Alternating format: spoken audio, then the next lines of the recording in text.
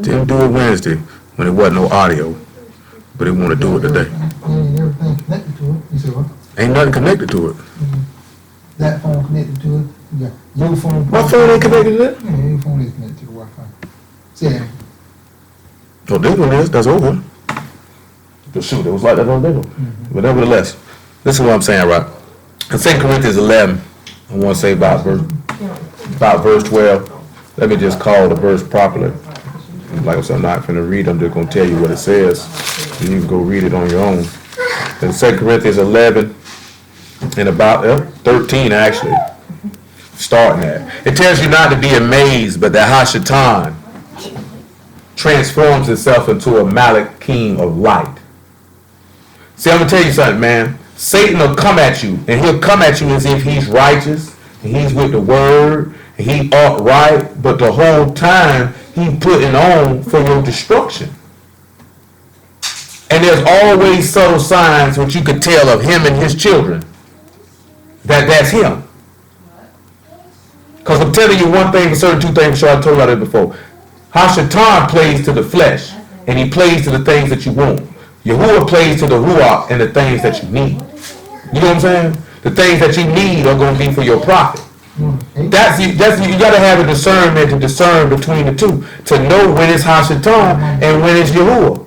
Because Hashatan is always going to play to the flesh. Always.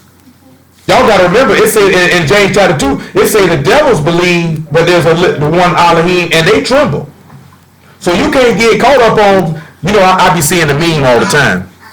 It be from the Christian people though. You know what I'm saying? And they be like this here. They talking about you met him in church. They say, shoot, there's more devils in the church than anything. Because somebody pick up a book don't make them a Kadeshim. They could be a devil. Just pretend well. You got to sit back. My shot say by their fruits you gonna know them. So you got to sit back and look at the fruit of their doing. Because you got to remember that his job is to convert you over. I would have told y'all this before, man. A Kadeshim can't never convert a sinner over. 9 times out of 10, the sinner gonna convert the Kadeshim over. The word is what's gonna convert it. You know what I'm talking about? You always got to remember that. Because the adversary walk about as a roaring lion seeking to be who he may devour. You got to be sober-minded and on guard and ready. You know what I'm saying? Love you bring that phone over there, man. You got to be ready. Let me finish this Act chapter 4. Where we stop at? Verse 26. Yeah, you can cut that serve protect all too, sir. He said the kings of the Iraq stood up. Thank you, sir. Oh, gosh. Yeah, you know, had some hard times in the city, man. You know what I'm saying? He's still standing tall, though. He ain't folded. No, he did. He ain't folded. You know what I'm saying? He ain't quit. He too legit to quit. You know what I mean? Yeah, that's not why they made him. Now I done had that phone for 3 years, man. He hold it down. Now you got to be laid to rest. Man, he needs surgery first. You didn't recognize who he is. Surgery ain't gonna save him. He outdated, man. He's obsolete. He past his prime. He's extinct. Boy, I ain't got an update on that phone in about 2 years, boy. I thought that's what Apple do. They start. That's why them phones stay on longer than others. No, they say they stop you getting certain updates to make you buy the newer one. Well, you got mine just be shutting off. You know what I'm saying? Just again. 26. The king of Iraq stood up, and the rulers were gathered together against Yahuwah and against his Mashiach. For of a truth, against thy Kadesh child Yahushua, whom thou hast anointed, my apologies. Both Herod and Pontius Pilate with the Gentiles and the people of Yasharal were gathered together. For to do whatsoever thy hand and thy counsel determined before to be done. And now, Yahuwah, behold their threatenings, and grant unto thy servants that with all boldness they may speak thy word. You speaking with boldness, you think you speaking right. Because if they speaking with boldness, they speaking with power. And if they speaking by the word of the king, we done read in Daniel chapter 10, that man boy sounded like a great multitude. Speaking with power. Go ahead and get Ephesians chapter 6. I always loved it right here, what Paul said right here, because I felt him on that. And if you're going to speak the word, you're supposed to feel the same way Paul felt. 6 and 18. You supposed to feel the same way Paul felt. See, that's what's wrong with black men, period. They too mully mouth, man. Sit around, man, got their tail tucked between their legs, sit down when they pee. You know what I'm saying? That's what's wrong with dudes out here, man. They don't want to stand up for nothing. Sometimes you got to stand tall and just be a man. And they said, man, worry about nobody's feelings hurt. You know what I'm saying? Ain't no grown man got no business. You ain't got to be like, you hurt my feelings. He grown Western nigga, you out here on the battlefield talking about somebody hurt your feelings. But guess what though? They be around here. So y'all would say like him, but y'all seen how they did them women when they walked past, right? He called that white woman, told her she wasn't a human, she wasn't a woman. Basically told her she was an animal. Told her only the black girl was human. You know what I'm saying? That wasn't on tape. Y'all didn't see that. You know what I'm talking about? Y'all didn't see some of their behavior. Well, some of their behavior was troubling, to say the least. To say the least. But I wish y'all, we were clowning about it. Troy can take it off mute just so y'all can hear him say it, because that nigga's hilarious when he do it. You know what I'm talking about? Well, when he did his part. Because I told Troy, we gonna clown on that one there for months. That's got to at least have a 2-month run. Cause say, come on, bro, this the earth. You went under the earth. You ain't have to, Troy say, come on, you ain't have to do that, man. You went out here with it. You know what I'm saying? And y'all sit back and be like, that ain't the right thing to do. But then y'all forget Elijah was mocking the prophets of Baal when they were around there cutting themselves up, talking about peradventure, is your God on a journey? Is he asleep? Do we need to be woke? You know what I'm saying? Y'all don't realize they did stuff like that. Y'all don't even realize how Mashiach used to insult and mock the scribes and Pharisees straight to their face. When they came up on John the Baptist, he said, you generation of vipers. He called these niggas snakes to their face. But y'all know how serious that is, somebody call you a snake. A snake? Well, he basically called him the devil. With a straight face. You think he was smiling? You generation of vipers. It's okay, brother. Come on over here. And they telling you that in law at the same time. Man, ain't nobody got time to be playing with you niggas. You know what I'm saying? Like, straight up, though. There's a difference because you don't do everybody the same. You feel what I'm saying? He got no time to be playing with you niggas. I know you niggas call prophets and hypocrites. He got time to play with you nigga. You ain't gonna talk to the regular people like that. You ain't gonna talk to the common people like that. But he's supposed to be learned men of distinction, men of power, right? Since I said that, let me read this Ephesians chapter 6. I'll show you what I'm talking about. 6 and 19, 18, my apologies. Praying always with all prayer and supplication in the Ruach, watching thereunto with all perseverance and supplication for all Kadeshim. And for me that utterance may be given unto me, that I may open my mouth boldly to make known the mystery of the gospel, for which I am an ambassador in bonds, that therein I may speak boldly. Look at Paul say, as I ought to speak. Huh? Well, my shot was dropping word on them dudes, them people sat back and said, y'all ain't gonna say nothing to them. Ain't nobody ever spoke like this man spoke. Y'all ain't gonna say nothing. They didn't know what to do. They didn't know what to think. Come over here to Jeremiah. I want to say 15. It might be 16. One of these days, y'all bring it back to my mind what them people said. Them people say, well, ain't nobody ever spoke like this before. They sit back looking at the scribes like, so y'all gonna let that slide? Y'all ain't gonna say nothing to them? Yeah. So you mean to tell me y'all not gonna say nothing to them? So you mean to tell me this man coming in here talking loud as Cooter Brown, going slap off on y'all, and y'all ain't gonna say a word? Not a word. They ain't know what to do. They ain't know what to think. You sit back and realize what the word of the Father is. There's power there. That's not Jeremiah 15. Let me see which one. Come over here to Jeremiah 23 and 1 though. But I'll let the other one come back to my brain. It might be Jeremiah 9. I'm going to sit back and tell you something, man. Because I know in one part Jeremiah said, I'm going to get unto the great men. He said, surely they understand judgment. We would have sat back and think that, oh man, I took the headphones out.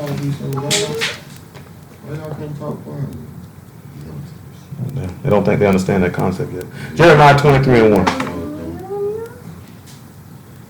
Jeremiah 23 and 1. He said, woe be unto the pastor that destroy and scatter the sheep of my pasture, saith Yahuwah. Therefore, thus saith Yahuwah Alahym and Yasharal against the pastors that feed my people. You have scattered my flock and driven them away, and have not visited them. Behold, I will visit upon you the evil of your doings. So you don't sit back and realize these men done sat back, boy, they destroying this man's flock. And this man got to come see them about that. He got to come see them about that because they're running people away. See, just like Brother Sean said, he ran across a brother and the first thing he seen was GMS. And y'all don't sit back and realize the damage that these people, like these dudes teach that you can have sex with a 12-year-old girl. Do y'all know that? We aware of that? The dudes who they listen, because I said something to them about it. Oh, we don't teach that. They believe you can rape a girl. They believe once a girl have her period that she is able to be married and that you may have sexual relations with her, no matter what her age is. They believe that. And they teach that. Yeah, they say they humbling them. They humbling them. What your nasty behind doing with a 9-10-year-old girl, nigga? How could you even stand in front of people and teach that? And you think you supposed to let that slide? No, we ain't letting that slide. I'm gonna slide a foot off in your behind. You know what I'm saying? They teach that. They believe that. You know what I'm saying? Michael, sit down. Okay, it's off now. The service gone. Sit. That's what they believe. That's what they believe. Y'all don't understand that. Y'all don't know that. That's what they believe. You know what I'm saying? Man, you gotta realize something. We done dealt with this before, man. Open rebuke is better than secret love. It's better to rebuke your brother than to sit back there and look at him dumb. It's better to go and tell him what he do with it. That's what he do with it. But you ain't finna sit here and teach them lie. Y'all didn't sit back and hear that. Them boys telling people the new covenant ain't in effect. You telling people they sins is still there. Do y'all realize how serious that is, man? Maybe not. Y'all realize how serious that is? That's serious right there, man. Like I said, y'all didn't sit back and realize some stuff you can't let go. These men sitting back telling us about, I can show it to you in history. Show it to me out the script, nigga. The script history. Ain't the script history? You know what I'm saying? You got to sit back and look at that as I was sitting there telling the dude, man. People lives on the line. And you around here playing. You around here playing with people's lives, man. You can't play with people's lives like that, man. You know what I'm saying?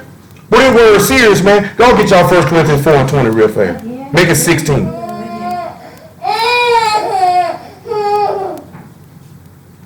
But see, dudes don't care though. Dudes really don't care, man. Dudes really don't care. They don't really care about people. This is why the people are faithless. This is why the people are faithless.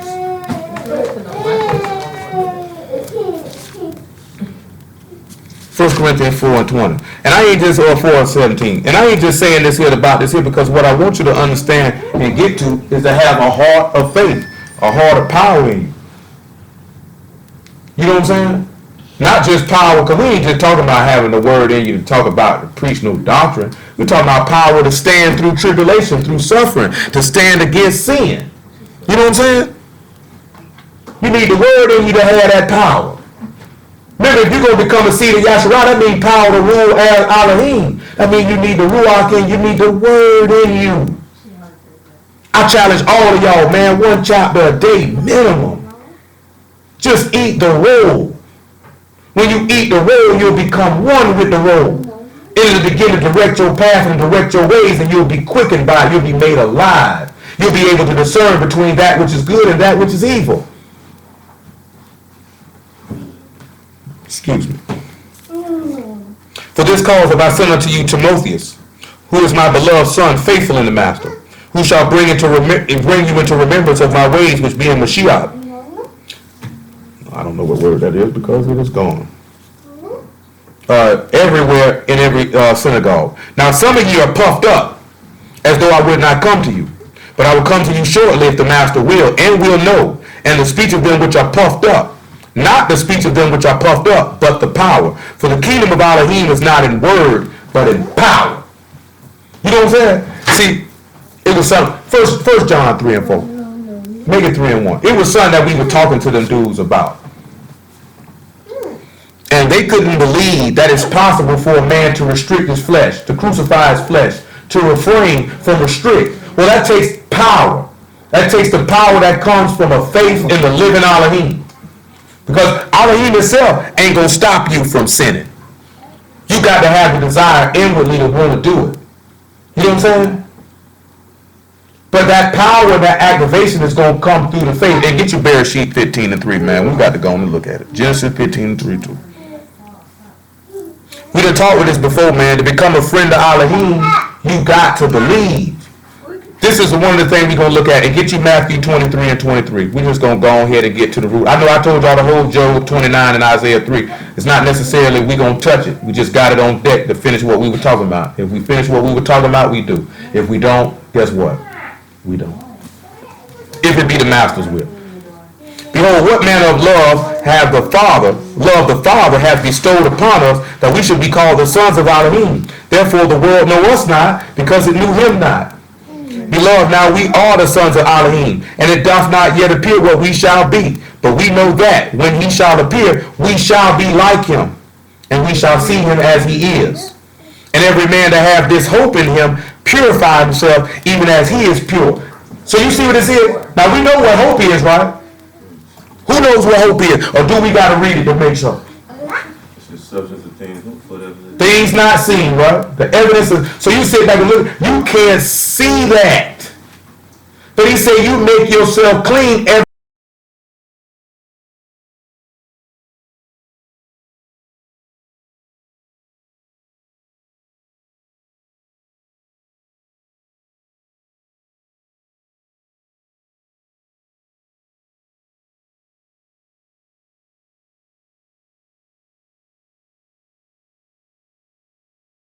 law does not come first.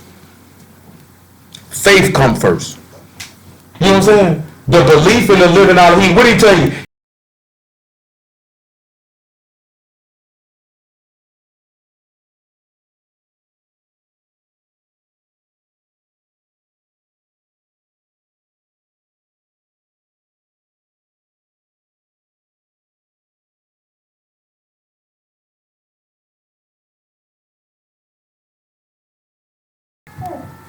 Let's say, glove and say,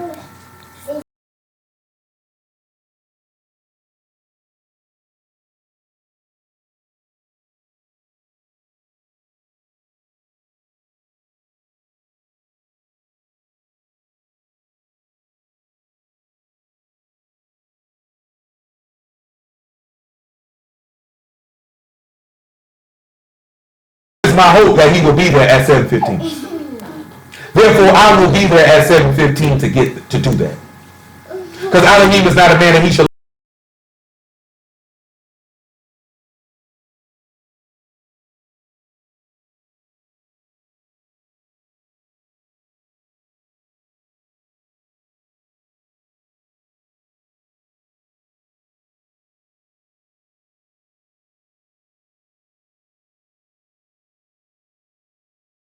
Laws of Alahym. Then abide in it unless you say, because the rule of the Alahym will never tell you to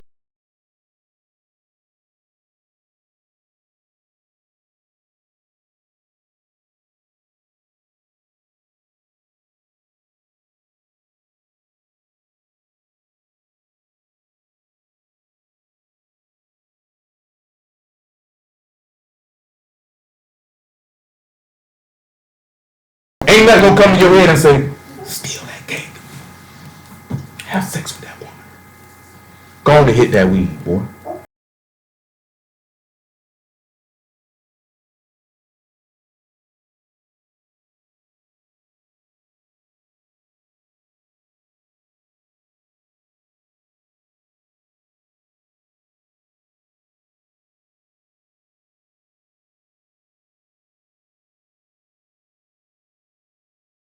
Time is to get to the furtherance of the will of Alahym. Sometimes, you know, it's an old saying. It's got some validity to it. Sometimes if you just be quiet, still your mind, you can hear the voice of God talking to you.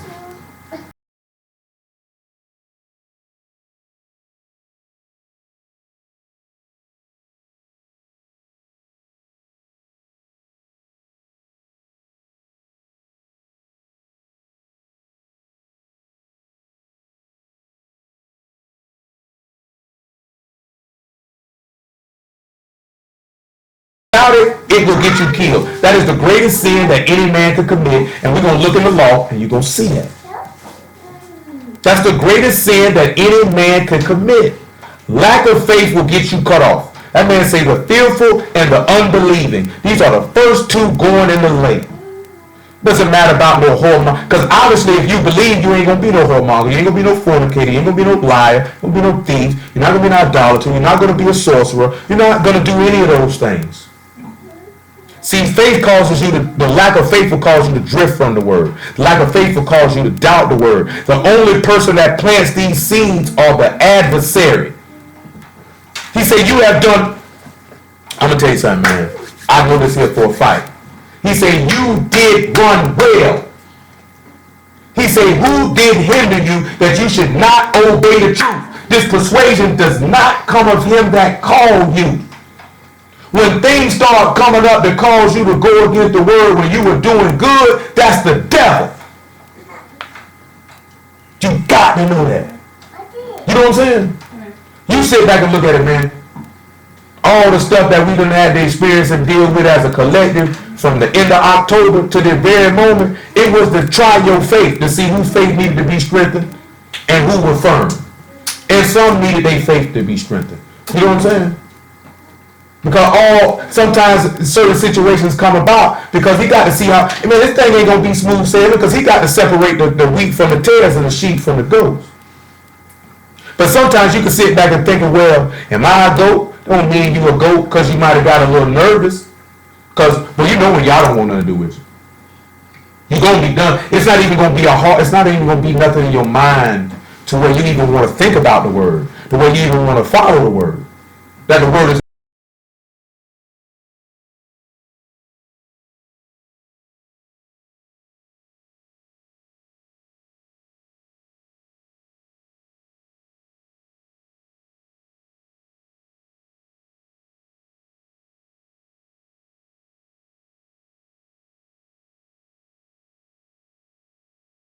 inside of you that wants to achieve that and is willing to do whatever necessary to achieve it. You know what I'm saying? A lot of people want to start businesses, but a lot of people don't want to be successful because they don't want to do the work that it takes to be successful. You know what I'm saying? A lot of people want to be.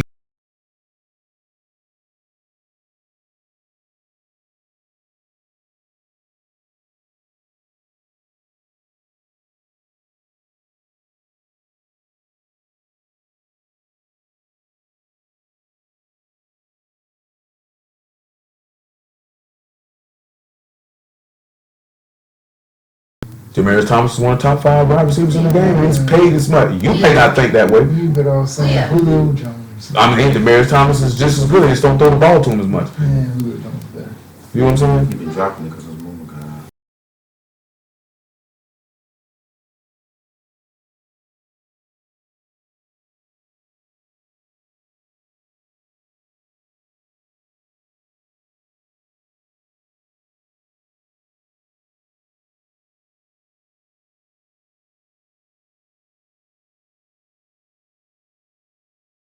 They expected him to be a great quarterback. San Diego drafted Phillip Rivers after drafting Brees in the 2nd round with the intent on replacing Drew Brees with Phillip Rivers. Drew Brees tore his labrum in his shoulder, and they was like, man, screw you.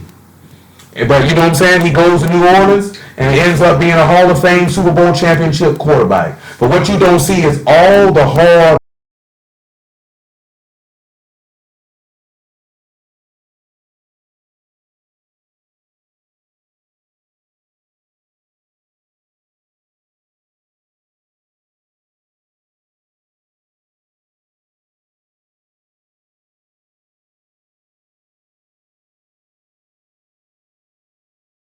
he never even scratched the surface. Big throw. Again, you talking about raw, strictly on raw ability and athleticism. He was not a great quarterback though. And he said so much out of his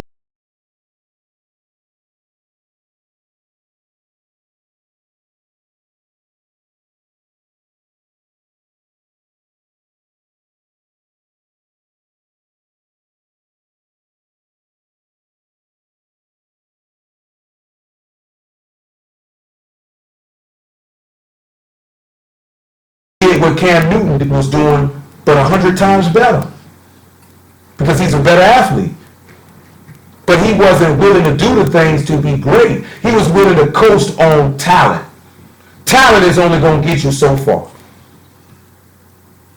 You know,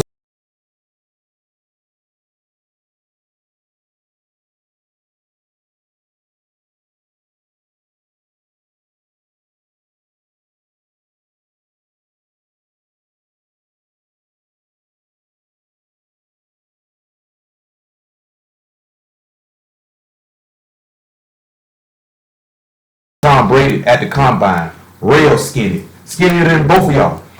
Skinnier than me at my skinniest. Like Tom Brady looked like he was on crack.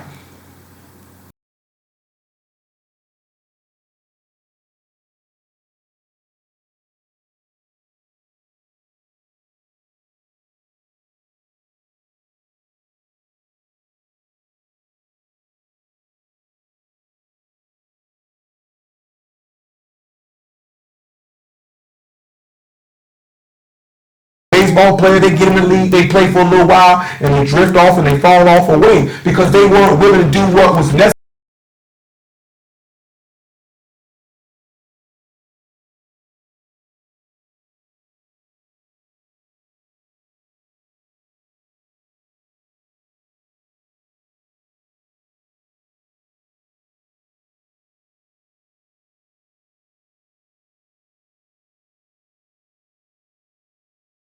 And if you ain't willing to put in that work, you're not going to get what you're seeking after. It's not happening. Let's go ahead and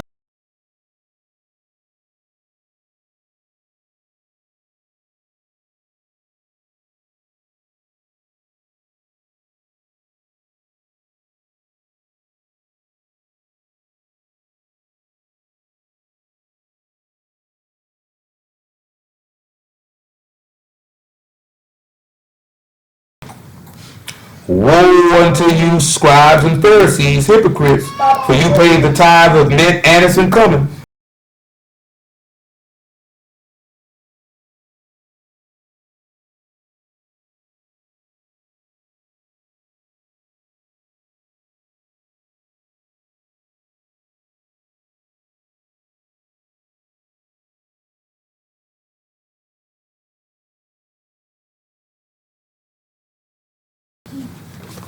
Hey, Lizzie. Well, thanks for the response. It was some little thing Lizzie was on.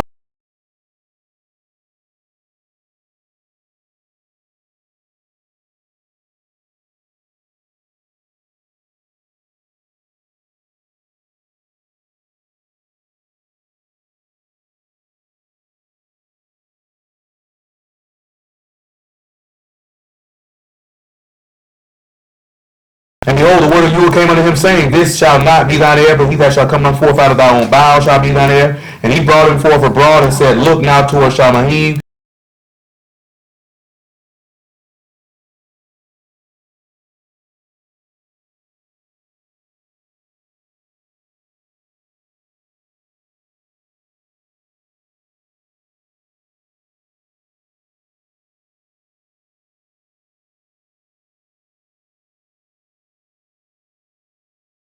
Second chapter, he was willing to offer up his son as a sacrifice because Hebrews chapter 11.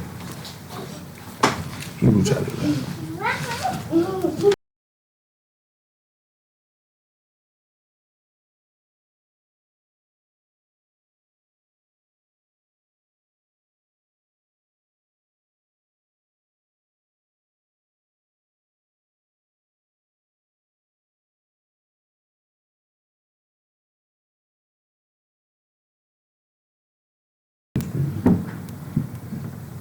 You ain't ready to hit the street, man.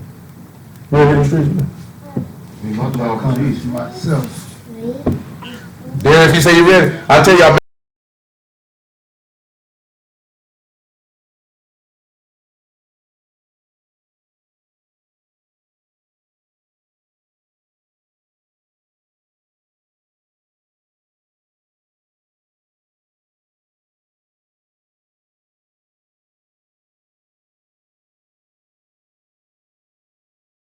By faith, Abraham, when he was tried, offered up Isaac.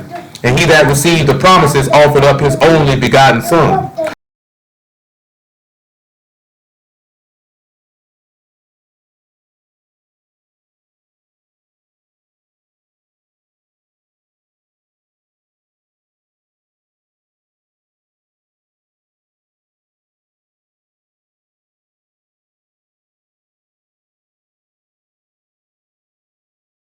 that's what happens. He lied to me.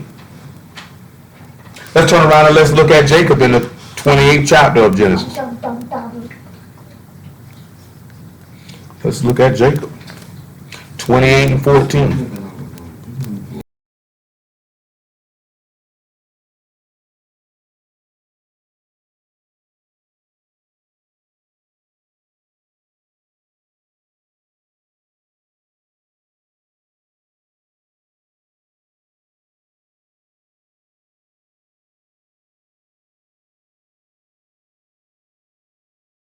Mashiach in his esteem upon his return.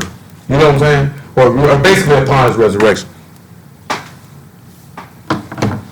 Hold on, y'all.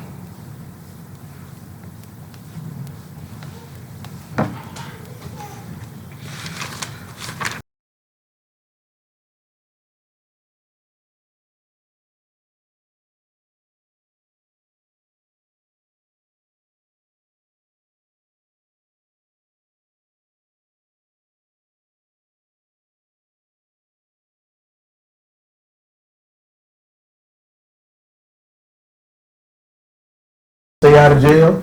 That's what happened when you turn from the word, boy. It get ugly for you. Say, luckily for you, y'all bust your head up and still gave your mind to come back.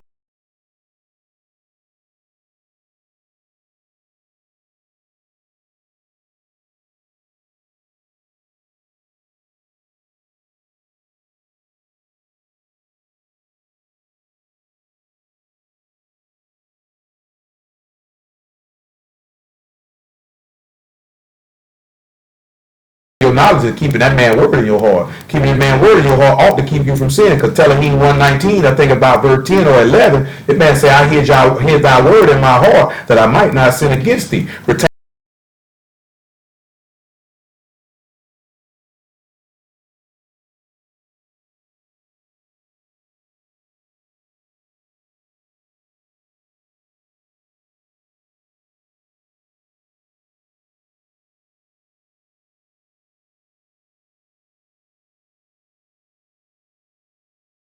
and said, I am Yahuwah Alahym of Abraham thy father, and Alahym of Isaac. The land which wherein thou lie, to thee will I give it, and to thy seed. And thy seed shall be as the dust of the earths, and they shall spread abroad to the west, and to the east, and to the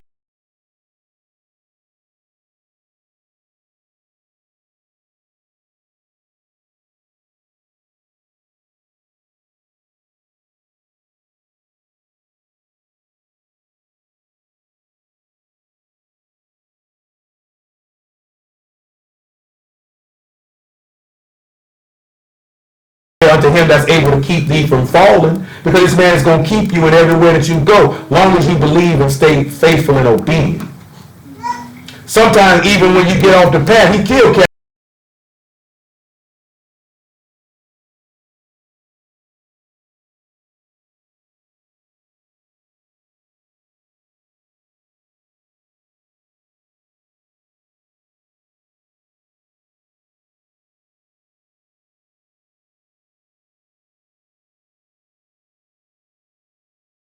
Waked out of his sleep and said, surely Yahuwah is in this place, and I knew it not. And he was afraid and said, how awesome or dreadful is this place? This is none other than the house of Alahym, and this is the gate of Shammahim. Yaakov rose up early in the morning and took the stone that he had put for his pillows. If he using a stone for a pillow, what is he using the stone for? Somebody help me out. He used the stone for a pillow. What you do with a pillow? You sleep on it, right? For rest. So what was he getting from this stone? Comfort or rest, right? So you even sit back and look at, you see Jacob resting where? On the rock. Y'all bear with me. I'm going to go through that in a moment. Solid foundation. Solid foundation. Cephas. Cephas, huh? Laying on Cephas, the supplanter of deceiver. Laying on Cephas, huh? That's what y'all called me, right? Supplanter. Hold on now. He said, and Yaakov rose up early in the morning and took the stone that he had put for his pillows and set it up for a pillar and poured oil upon the top of it.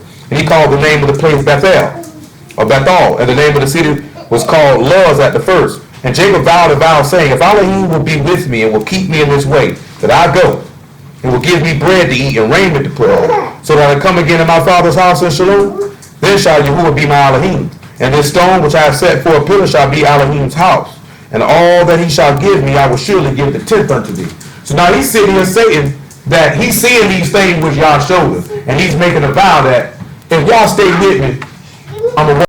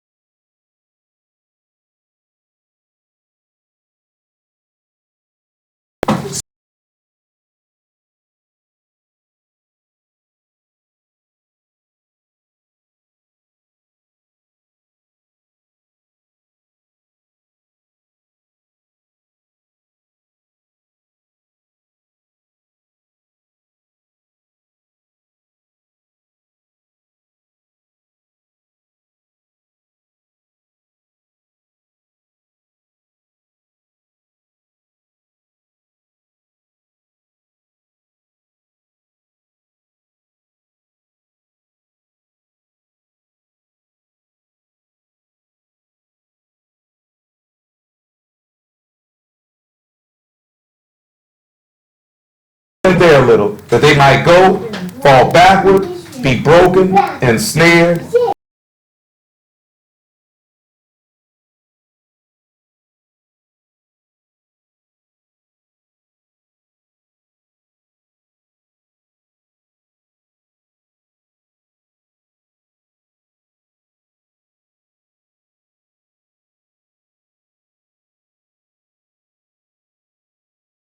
I'm mispronouncing. In the New Testament, what'll come to your mind when you hear that? Think about it now. He said this is the rest. And to take this, praise y'all, because it's going back what we're looking at with Jacob laying the stone down for his pillows when he took his rest. Pick it up. Now he turned around and told these people that to whom he said the rest wherewith you may cause the weary to rest, this is the refreshing. But they would not hear, and the word was unto him precept upon precept, line upon line, here a little, there a little, that they might fall backwards, be snared, and be taken. What comes to your head when you hear that? Anybody, somebody work with me. All I need is one. I only need one person. Somebody work with me. What's the precept part? The whole thing. The tomb has a part to do with that. But who is our rest? He said, come unto me all ye that labor and I'll give you rest. So we just looking at, this is Yahushua, this is Yahushua, this is Hamashiach. He's your rest. He said, this is your refreshing. Before we go any further, still holding to Jeremiah 3 and 9. I want you to go look at John chapter 3 and verse 1. Let's come over there and hold your place in Isaiah 28. Because we got to look at the refreshing. You know what Sunday is to be refreshed, right? We're going to look at another place in Acts where Peter speaks about a refreshing. You know,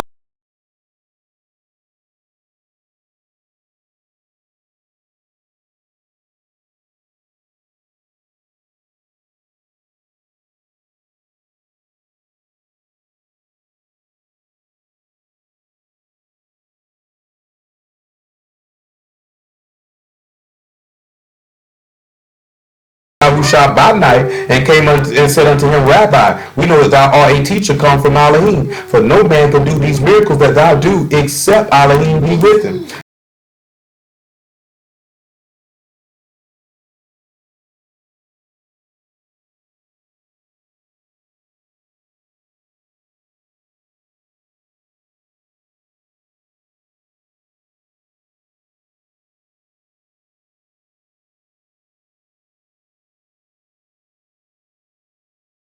That which is born of the flesh is flesh. That which is born of the Ruach is Ruach. Remember when we were talking about the other day when he said you have not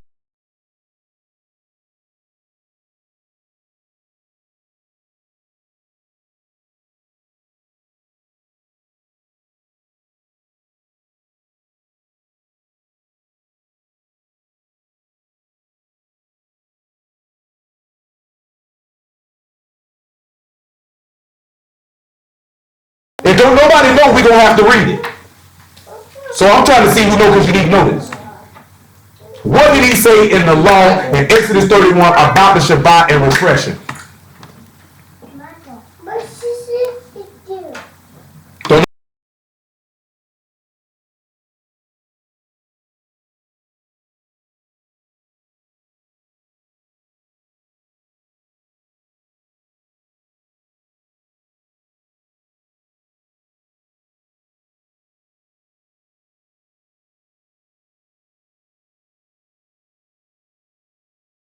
stir up your pure minds by way of remembering. So we got to stir it up. Every now and then you got to go back and read it. Don't nobody know, so we got to go back and read it. 31:12. Remember, he said it's your rest and it's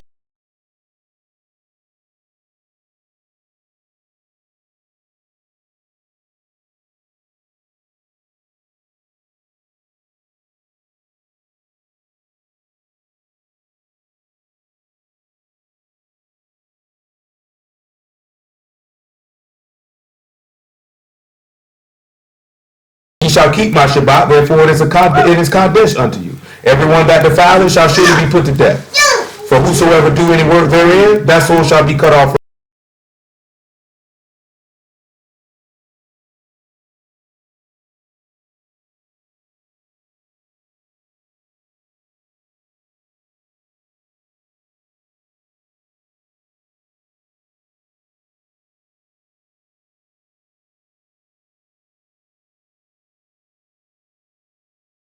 Who had made Alahym and the rats, and on the seventh day he rested and was refreshed. So when you sit back and you see that he said this was the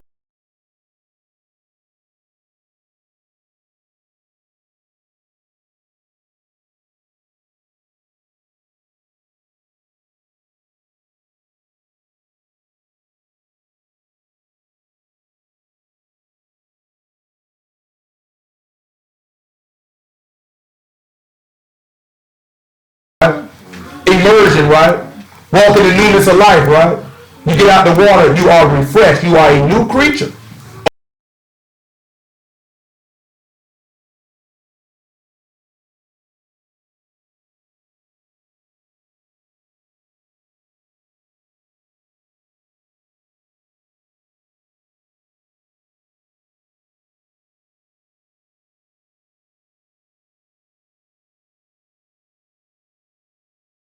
In Acts chapter 2, he say, my flesh rests in hope that thou shalt not suffer or allow thy Kadesh one to see corruption. That's why he say that which is flesh, and that which is ruach, because that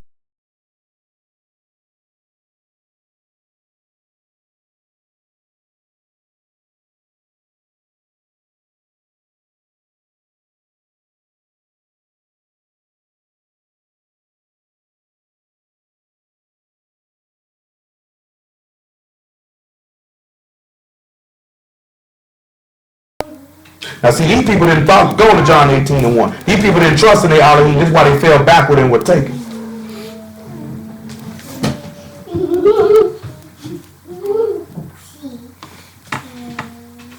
Ooh, buddy. 18:1, y'all. 18:1. When Yahushua had spoken these words, he went forth with his disciples over the brook of Cedron, where was a garden, into which he entered, and his disciples. And Yehuda also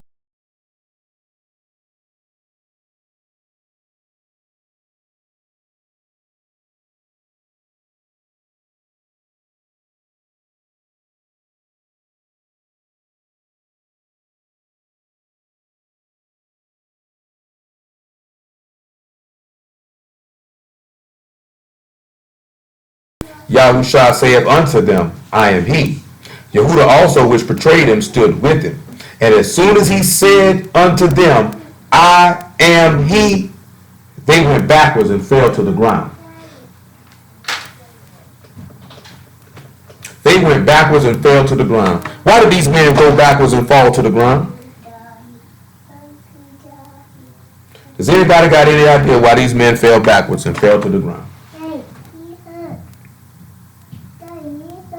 Nobody got any idea why these men fell backwards and fell to the ground?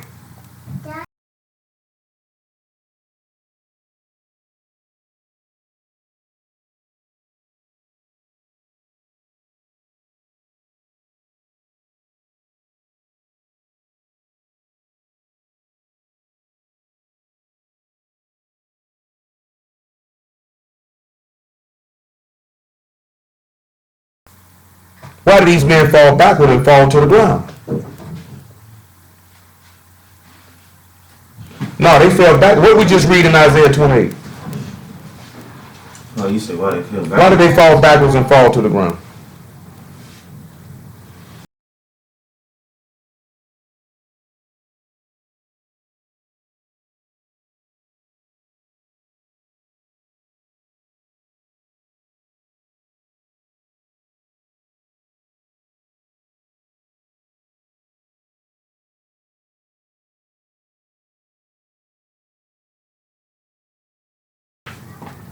To fall and to be snared. Matthew 21 and 41. The reason why they fell to the ground is because they went against the word.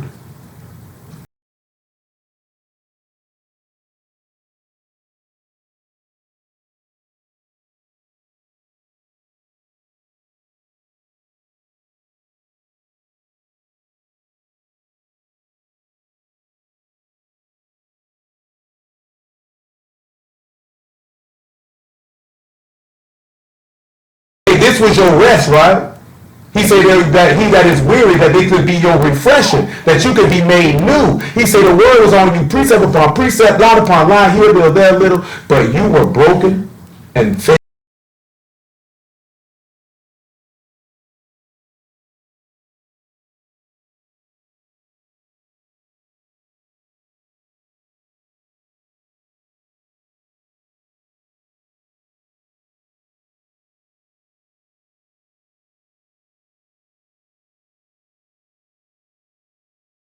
The Pharisees, they knew the word. They knew the book. And Amashiach was living the book out in front of them. He was teaching the book to these people.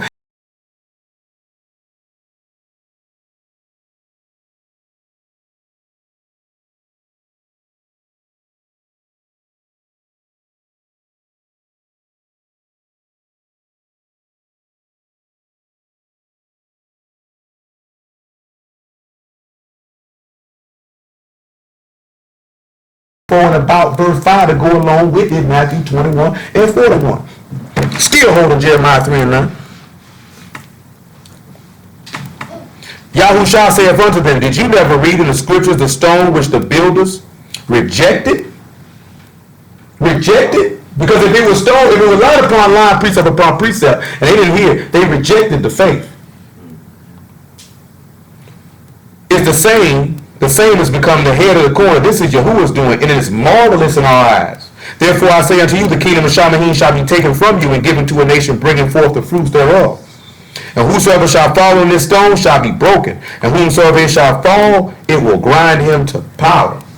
So if you fall on this stone, and you know what I mean, you'll be broken, you will be humbled. You would rather fall on the stone than the stone to fall on you. You understand what I'm telling you? You would rather fall on the stone than the stone to fall on you. Because at least when you're broken, you can be humbled. And then you can call out this man of a contrite heart. Because a contrite heart, Alahym will not despise. You didn't look at that recently, didn't he? He's not going to reject that. Godly, boy. What I just asked for? Oh, Hebrew 4 and 4 for that. Boy, I'm going to have to come up out of that, man. That's too many notifications, boy. 4 and 7, that's too many notifications. You wouldn't think this many people is in a messenger group messaging each other this much. Goodness gracious. Hebrews or I bring 4 and 7. Again he limited a certain day, saying in David, today, after so long a time, as it is said, today, if you will hear his voice, harden not your hearts. That's why he said, I'm going to take the heart of stone out of you and give you a heart of flesh. You got to soften your heart to the word. Stop hardening your heart to do what you want to do. For if Yahushua, this is Yahushua son of Nun, if Yahushua had given them rest, then he would not have afterwards spoken of another day. There remains therefore a rest to the people of Alahym. For he that is entered into his rest, he has also ceased from his own works, as Alahym did from his. Do you not realize when Jacob is laying on that stone as a pillow, that's showing that he's rested from his labors? That's where he sleep for, right?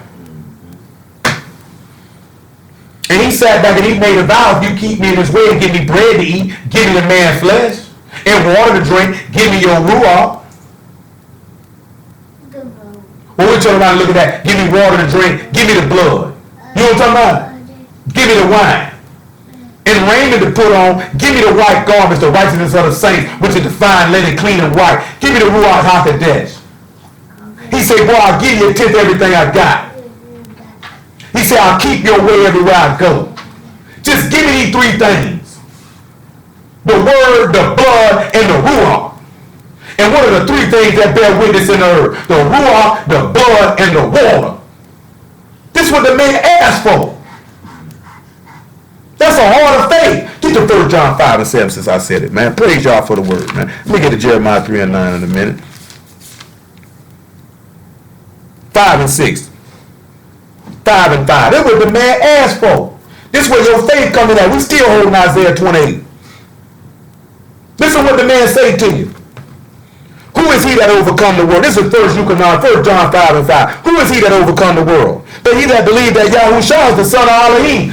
Faith come by hearing, hearing come by the word. You supposed to believe the son of Alahym, as the scripture has said, this will cause you to overcome. You'll overcome all adversity. Paul said, what will separate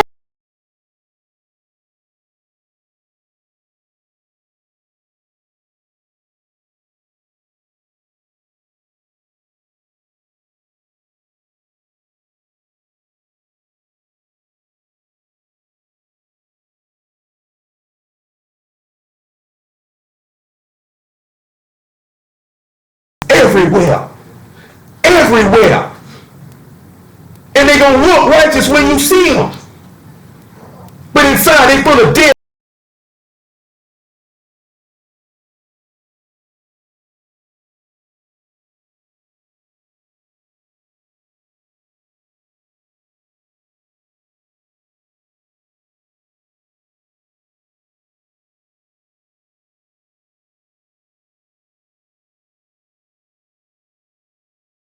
Ain't no agreement with light with darkness. Ain't no fellowship with Mashiach and Balak.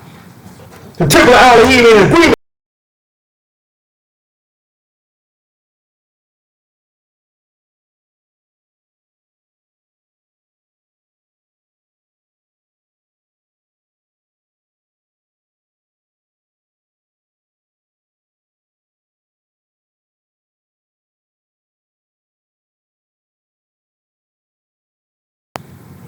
Anybody cast a stumbling block before the son of Alahym is to be murdered.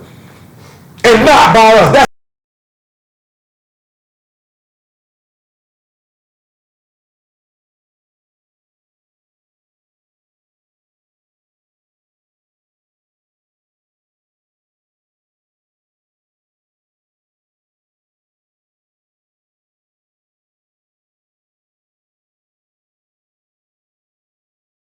wickedness and degradation is on every corner.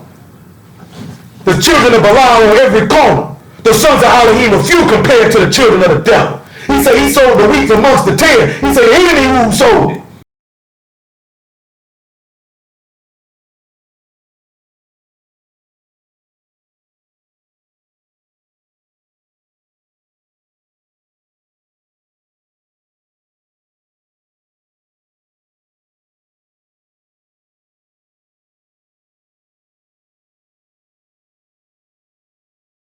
And when I got up, I poured oil on it.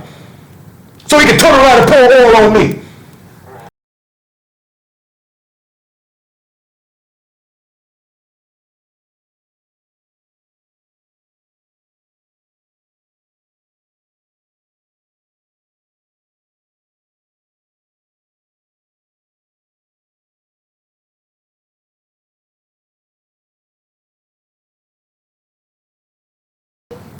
Y'all thought we was out there in the street arguing with them niggas. We had the same people sold. These niggas going to hell. And they taking people with them.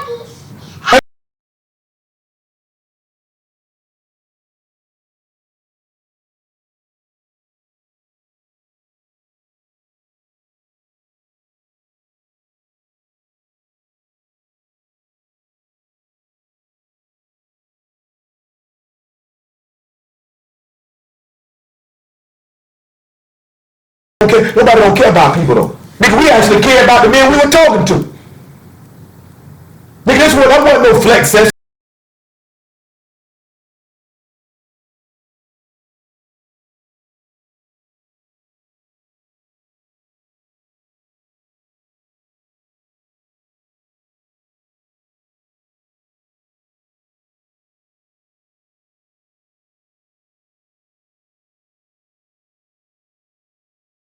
They go talking about he's a priest of the Most High. Talking about I can't wait till I get my blue and black garment.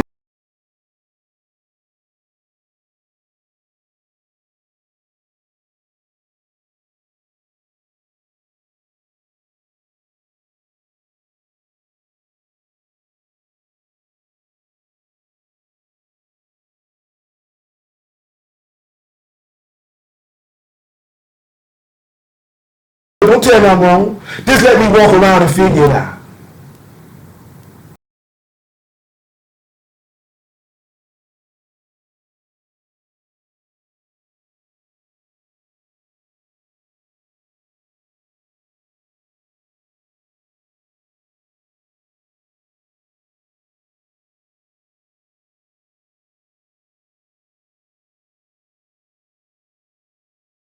There are three that bear witness in the rats. The ruach and the water and the blood. These three agree in one. That's all Jacob wanted. That's how he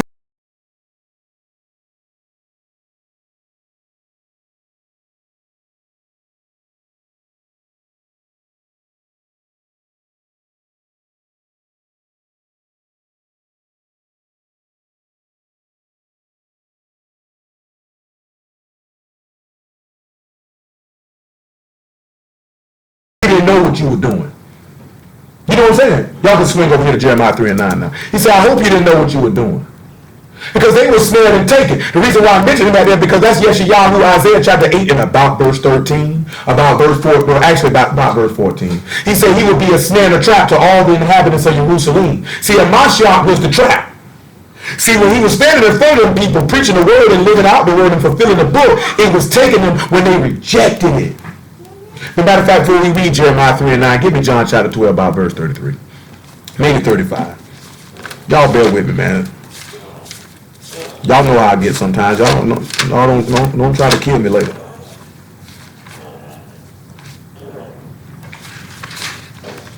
$12 and 35. Make it 34.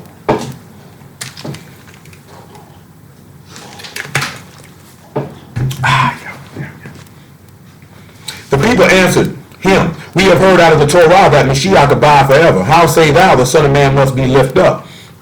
Who is this Son of Man? Then said Yahushua, then Yahushua said unto them, yet a little while is the light with you.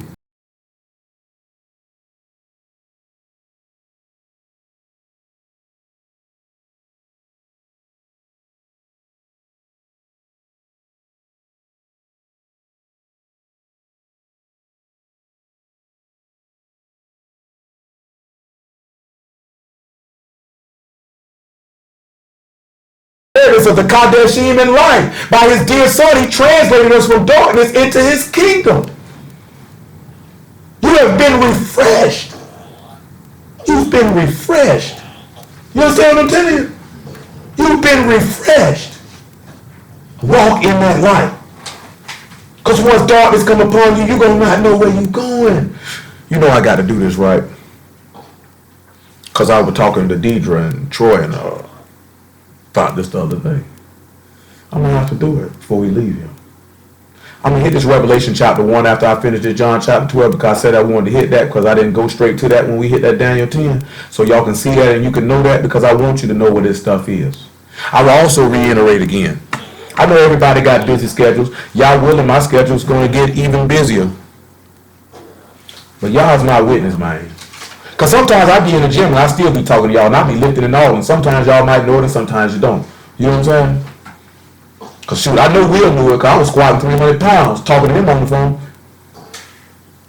You know what I'm saying? And had been up about 30 hours straight. And still was getting it. That wasn't nothing y'all allowed me to do that. But I'm telling y'all, man, y'all got questions? I'm talking about, I wouldn't care if you were reading something and you didn't understand what it meant and what it was talking about. Man, don't hesitate to call me, man. You know what I'm saying? I ain't talking about, just don't send me no text message. unless it's something quick. You know what I'm talking about? Man, pick up the phone and just call me. You know what I'm saying? If it's something it don't matter. I don't know about y'all, but I don't think as many people sitting there tell their people, man, you can call me about the word whenever you want to, and I'm going to talk to you about it. And I'm going to show you what you want to show you. And I can break down and go through the word just the same way as we doing it right here, right now. I don't have a problem with that. If I'm telling y'all who got a problem with that, y'all should not be hesitant, nor leery or weary to take advantage of that. Because the time comes when I ain't going to be able to do it in that fashion, you're going to be upset. You know what I'm saying? So while you got the opportunity to do so, do it. Tell you, man. Excuse me, hold on. Verse 36. While you have the light, believe in the light, that you may be children of the light. These things spake Yahushua and departed, and did hide himself from them. But though he had done so many miracles before them, yet they believed not on him. That the saying of Yeshayahu the prophet might be fulfilled, which he spake, Yahuwah, who have believed our report, and to whom hath the arm of Yahuwah been revealed. Therefore they could not believe, because that Yeshayahu had said again, he hath blinded their eyes and hardened their heart, that they should not see with their eyes, nor understand with their heart, and be converted, and I should heal them. These things said Yeshayahu when he saw his esteem, and spake of him. And this is what's going on, and this is the key thing that you sit back and you can look at. You know what I'm saying? Come over here to John 7:46. This was kind of the verse what I was talking about. We'll just deal with that before we come over here to Revelation chapter 1. We'll look at about verse 42 though.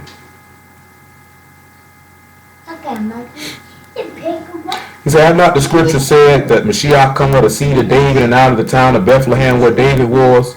So there was a division among the people because of him. And some of them would have taken him, but no man laid hands on him. Then came the officer to the chief priests and Pharisees, and they said unto them, why have you not brought him? The officer said, Never man spake like this man. Then answered the Pharisees, are you also deceived? Have any of the rulers of the Pharisees believed on him? But this people who know not the law are cursed. I can't remember when we dealt with this, but you know we preached about this, right? A long time ago. About the people, because I remember my man in Detroit asked me about this. We go through the law to find Mashiach for one reason and one reason alone. Because he say, cursed is the man that obey not this covenant in Jeremiah or Jeremiah 11, right? So when you saying that, and us understanding and knowing that Mashiach is the new covenant. So when we look at the old covenant and we look at the instructions that are in it, and that we know on the natural level how we are to walk in them and follow them, we know on the spiritual level that these laws are pointing to our King, our Savior, our Alahym, Yahushua HaMashiach, right? And because we see that, that was where the heart of faith develops, because we believe on the man who not only manifested these works in the flesh, but then also fulfilled these works. You know what I'm saying? Not just in the keeping of the law, but things that were testified of him in the law. Then when we see that, it's easier for us to walk in the law, because we know when we do this, we will become as he is. We will be refreshed, because we know that the law is pointing to his death. And if it's pointing to his death and resurrection, then it points us to die, that we can be resurrected in him. And this is when that heart of faith is activated. This is why he told the Pharisees, y'all know you Yasharal, you know all this law, but you have no faith. Therefore, you're powerless. This is why we're helpless as a people. This is why he said, where the word of the king is, there is power. So where the word was made flesh and dwelt among us, as the only begotten of the Father, and we saw his esteem. Now we turn around looking at that esteem, or that only begotten Son of the Father, or that word that was made flesh, ought to be in you every time you eat that unleavened bread. You are showing you're eating his flesh. Because this is what Jacob in his faith, this is what he asked for. You don't realize he vowed a vow? He was asking this man to give you his son for flesh to eat. He was asking you to give my seed, your son's blood, for a covenant to take. This man would turn around telling you, get me a garment, a raiment. He was asking for this man to give you the ruach to cover your transgressions that you might not be found naked. And he believed y'all would provide that. And he told y'all what he would do if he provided that. Come, hey. No. Keep it to yourself. Speak inside your brain. Yeah, speak inside your brain. Y'all understand how heavy that is? This is the heart of faith that your forefather had. This is what he believed. This is where his hope lied. He couldn't see that bread. He couldn't see that water. He couldn't see that raiment. But yet his hope existed in that I stay in this way. I will receive these things. And then I could be transformed. Because what happened after that? In the 32nd chapter, he wrestled that Alahym, and his name was changed to he that rules with all, and with man and Alahym, thou hast prevailed. So that's what you sitting around looking at. Taking hold. He said he had power with Alahym when he grabbed his brother's heel in the womb. If you want power with Alahym, reach out when you coming about that grave and grab your brother by the heel. Grab the Mashiach by his heel to take power with him. Because it's talking about him coming up out of it and grab Esau, right? This is in Hosea chapter 12, which I'm referencing. You know what I'm talking about? That he said he had power with him when he grabbed him by the heel. You grab a Mashiach by the heel, you'll have power with him. That power is what creates that boldness. That power is what brings that fire within, that passion and that desire to cry out for the word, to stand on the word, to believe on the word, to endure all things. This is what the heart of faith developed. Because we're going to look at it. To have a heart of unbelief, that's evil before y'all. That's more evil than being a whoremonger. That's more evil than being a liar. That's more evil than being a fornicator and idolater. How do y'all feel when y'all tell somebody something they don't believe you? How do y'all feel? Sit back and think how you feel when somebody's calling you a lie to your face. And you know you're not lying. I ain't talking about you niggas who be lying and you know you lying and you trying to put on because you know you lying. How would you feel if you were standing in a room and somebody was telling you you weren't real and you were standing right there? How would you feel if you made a promise to somebody and you have never failed on any of your promises and they don't believe that you're going to do what you said you're going to do and they're telling you to your face you're not going to do it? You don't see how evil that is? That's why he say the fearful and the unbelieving are the first. That's evil. That is a great sin to be unbelieving. A great sin. That's why you don't have no power. The power comes through faith. The power don't come through the law. You see your brother try to size us with the Galatians chapter 3. He said, you foolish Galatians, did you receive the Ruach through the hearing of faith or by works of the law? You're not going to get the Ruach through keeping the law. You're going to get the Ruach through believing, and through your belief, you're going to keep the law. Do y'all not remember probably about 6 to 8 months ago, we had a time period where we were going through stuff and it looked like we were preaching against the law, but really we were magnifying the law? That if somebody came up, a Hebrew, y'all sound like Christians. When they really not sitting back looking at, we're not diminishing the law, we're actually magnifying it. Because we're magnifying the righteousness of the law, which is faith. And that righteousness of the law, which is of faith, will activate that obedience. That's why he said in Romans 16:24, he said he gave the commandment, the everlasting commandment of the obedience of faith unto all nations. So faith is what's going to bring the obedience. Without faith, you'll backslide. You know what I'm saying? It's easier to do it. That's why the apostle came to Mashiach and said, increase our faith. Increase it. They didn't say increase the law. They said, no. No. He said, did they say increase the Torah, master? They said increase our faith. Revelation 1:18. And that's the reason why I be telling y'all to holler at me and call me, man. That would be to increase what's lacking in you. What's lacking in your faith, allow me to be able, if the Most High find it meet, to add that on to you or to build that up. That's important. Make it 17. Well, actually, I'm sorry, it's 13. Went a little too low. It say in the midst in the midst of the 7 candlesticks, one like unto the Son of Man, clothed with a garment down to the foot, girded about the paps with a golden girdle. His head and his hairs were white like wool, as white as snow, and his ears were as a flame of fire, and his feet like unto fine brass, as if they burned in a furnace, and his voice the sound of many waters. Do you not see the description that this man gave is the same description Daniel gave? So he's seen this man as an esteem in Shaman, because he said he understood the vision. So he understood what he was looking at. You know what I'm saying? And guess what? He sat back and he seen that. He got that after 3 whole weeks of no bread and no water. 3 whole days, no bread, no water. We done dealt with that before. And then he was refreshed. He was refreshed. Jeremiah 3:9. Went a little different track than I intended, but praise y'all nonetheless.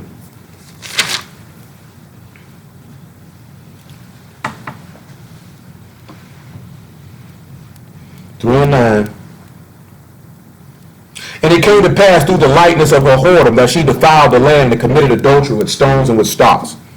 And yet for all this her treacherous sister Yehuda have not turned unto me with her whole heart, but feignedly, saith Yahuwah. This goes back to what Peter said, under having that unfeigned love for the brethren. Y'all, that's what a lot of people problem is. They ain't came to y'all with the whole heart. It's a feigned one. It's not complete, so you faking. You know what I'm saying? You got to put the faking away. It's got to be sincere. And Yahuwah said unto me, the black side in Yasharal have justified herself more than treacherous Yehuda. Listen to what he tell you. Go and proclaim these words to the north and say, return. Return, thou backsliding Yasharal, saith Yahuwah, and I will not cause my anger to fall upon you. Listen to what he says next. For I am merciful, saith Yahuwah, and I will not keep anger forever. Only acknowledge thy iniquity, that thou hast transgressed against Yahuwah thy Alahym, and hast scattered thy ways to the strangers under every green tree, and you have not obeyed my voice, saith Yahuwah. Turn, O backsliding children, saith Yahuwah, and I am married, for I am married unto you. And I will take you 1 of a city and 2 of a family, and I will bring you to Zion. So you see what this man told you to do? He said, man, all you got to do is turn, no backsliding Yasharal. I'm merciful. I won't be angry forever. He said, just acknowledge what you did wrong and come back. He said, all you got to do is turn from your backsliding, you're going against me. And he said, man, I'll bring you to Zion. But you're going to have to acknowledge what you did, and you're going to have to come back. And you're going to have to repent. That's what you're going to have to do. But you're going to have to trust and believe him to believe that he will bring you to Zion and that his anger wouldn't rest upon you if you just followed this one simple instruction. And all he's asking you to do is to return, acknowledge, turn. Repent, confess, repent. That's all he's asking you to do. And Yasharal can't do that. Isaiah 28.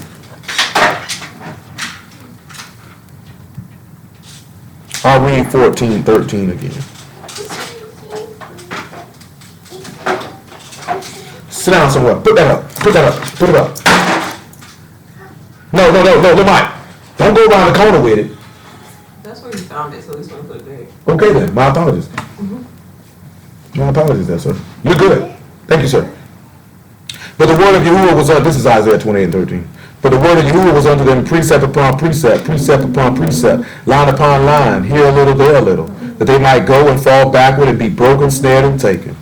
Wherefore hear the word of Yahuwah, ye scornful men that rule this people which is in Jerusalem. Who was those scornful men ruling the people? The scribes and the Pharisees one. Were they the one that sought them to kill the man? Did you not see how they fell backwards and they were snared and they were taken, they were broken? Because what we were reading about being broken with that stone falling on him, he was speaking to the scribes and Pharisees. He said, because you have said we made a covenant with death and with hell we are at agreement. When the overflowing scourge shall pass through, it shall not come unto us. For we have made lies our refuge, and under falsehood have we hid ourselves. See, these people love lies. He said, therefore, thus saith Yahuwah Alahym, behold, I lay in Zion a foundation, a stone, a tried stone, a precious cornerstone, a sure foundation. He that believes shall not make haste. That's why he said, I liken to a man who hear my words and do them as a man who built his house on a rock. When you turn around and you look at Yaakov or look at Jacob resting upon, but put that down. You play with no dolls. You're not no girl. Put that down. Just in case, I know most of y'all know that this is a caveman. You catch your son playing with any doll, you slap that doll right out of his hand. Leave it alone. Slap it right out of his hand. You know what I'm saying? I know some of y'all grew up playing with your sisters or your cousins' dolls. Man, we don't play that stuff, man. That done for the birds, you hear me? For the birds. You know what I'm talking about? But nevertheless, check it right. You see Jacob, remember, he says in 1 Corinthians chapter 3, in the 2 Corinthians chapter 6, know ye not that ye are the temple of the living Alahym, right? So if you the temple of the living Alahym, then you are a house, right? And you see a house resting upon a stone, or built upon a stone, because Yaakov was resting on a stone. He used it as a pillow. You know what I'm saying? Now you need to turn around that same heart of faith to rest on the stone. Be built on the stone. You will not be ashamed. You got to believe that. He said, he that believe on him shall not be ashamed.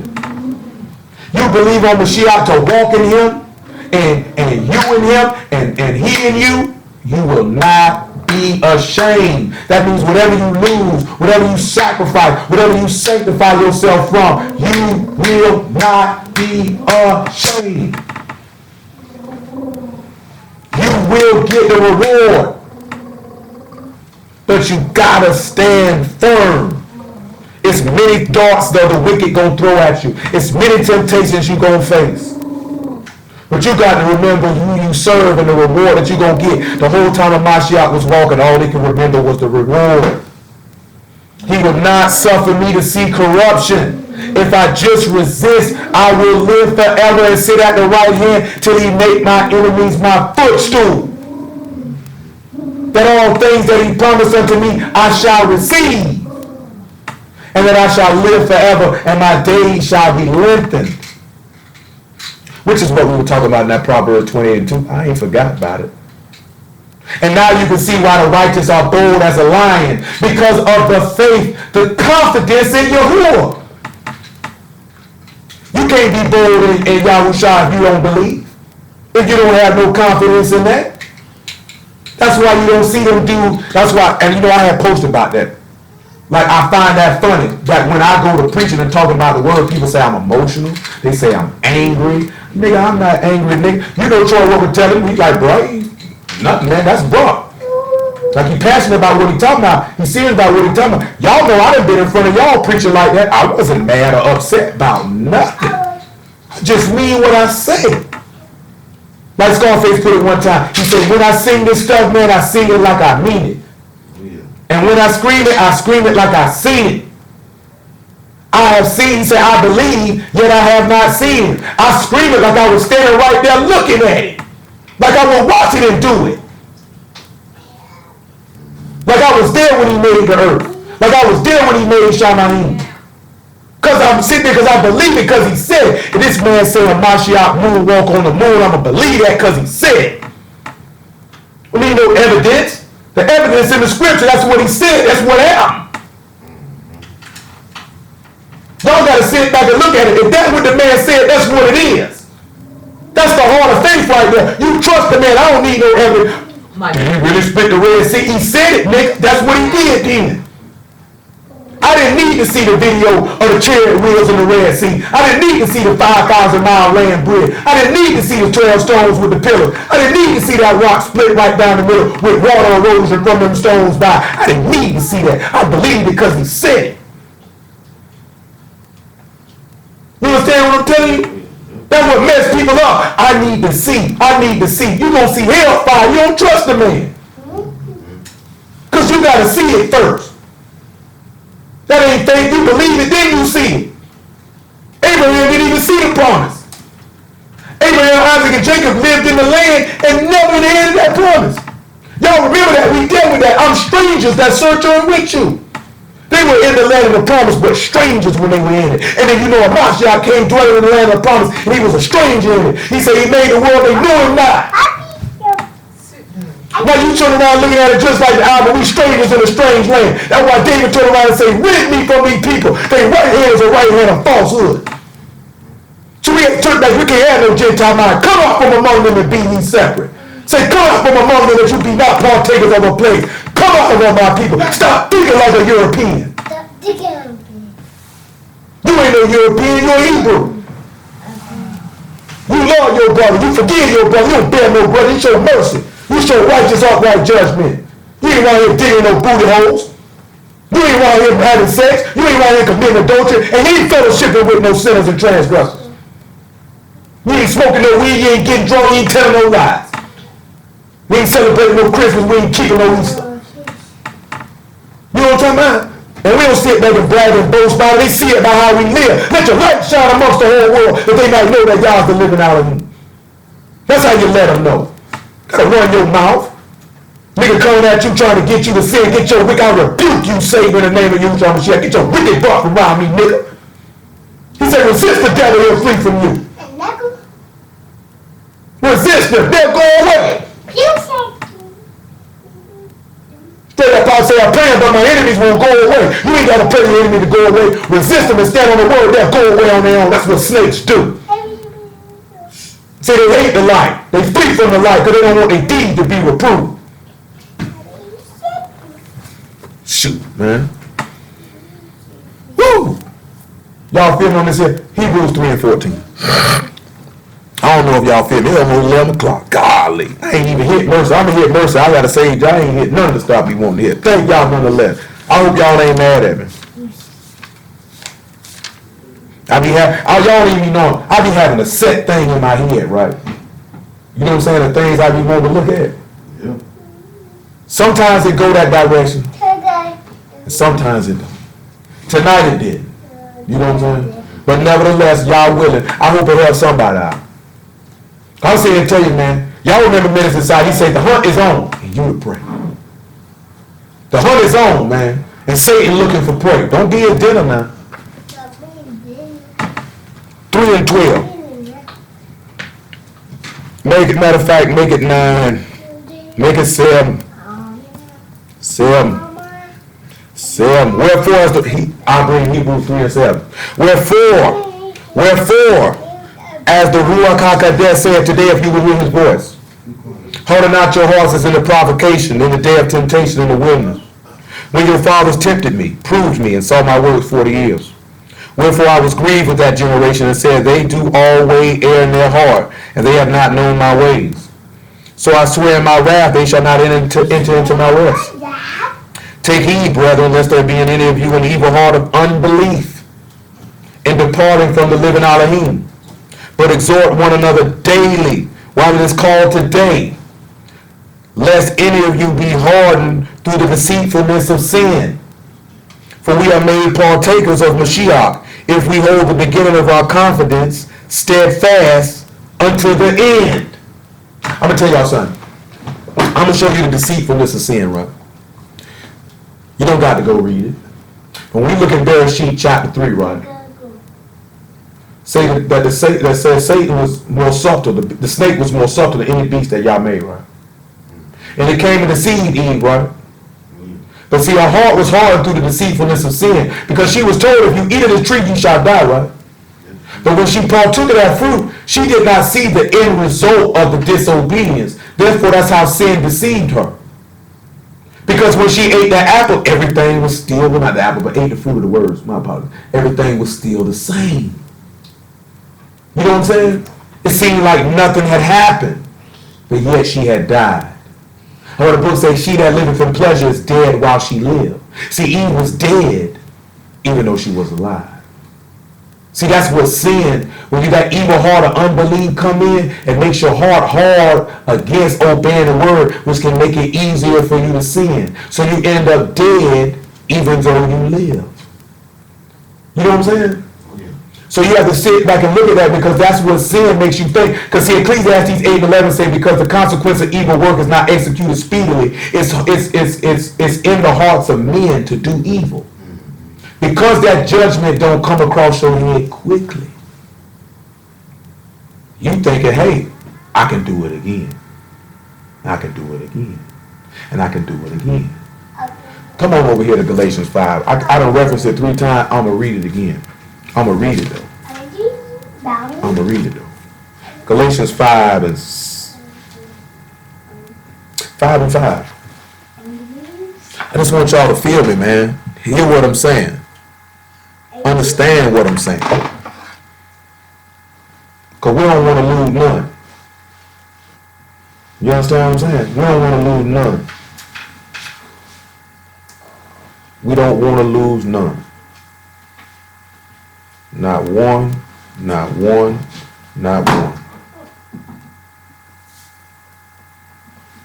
You know what I'm saying? Any one of y'all that with it, we ain't trying to lose none. Ephesians 5 and 5. For we through the Ruach wait for the hope of righteousness by faith. For Yahushua Mashiach, neither circumcision avail anything, nor uncircumcision, but faith which worked by love. Ye did one well.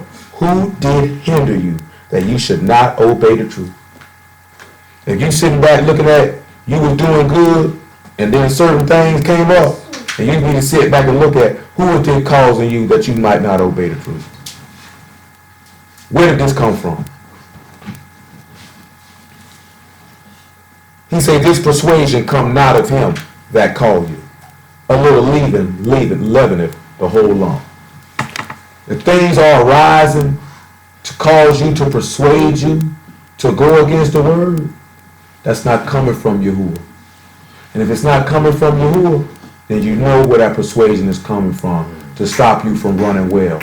And if that leaven is amongst you, you know what our Torah say about that leaven. Cast it out of your house. Cast it out of your house. Simple as that. Simple as that. I'm talking about if it's in your heart, if it's in your mind, extricate it from your brain. If it's individuals, sanctify yourself from them people. If it's places, don't go there. If it's thoughts, bring those thoughts into the captivity of Mashiach. Because that persuasion does not come from him that called you. Understand that, my beloved people, and know that don't come from him. That don't come from him. That does not come from him. Stay firm, stay dedicated, stay on the path, run the race. You running the race to receive a crown, and you running to get it lawfully. And you sitting back to look at, to strive to have mastery over the flesh. See, the Gentiles don't seek to have mastery over the flesh. And we're not really going, because you know what our law say, he told us not to be like these people. This is why your forefathers lost power with Yah, which is a whole nother sermon. See, there's so many things in my head, and I can't get everything in my head. I was talking to somebody today, we're trying to keep it under, they have it be controlled mayhem, so to speak. You know what I'm saying? Because we can sit back and look at it. In our law, he tell us don't be like the Canaanites, the Perizzites, the Hivites, the Jebusites. You know what I'm saying? Tell us not to be like them. And every time we were like them, we lost our power because we ended up in captivity and being under them. And you can turn around and sit back and see that as a similitude of being under the power of sin and death because you've given your power away to sinners. You've given your power away to the adversary. In a natural sense, that's the same way when a black man commits crimes and he goes to prison. You gave your power away to your slave master. We can no longer give our power away. So we have to sit back and realize every time our people return to our Alahym, they got their power back.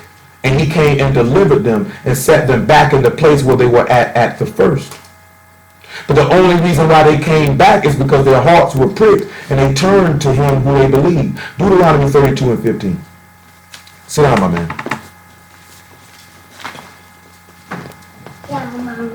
Thank you, sir. Thank you, sir. My man. My man. How old are you now, Mike?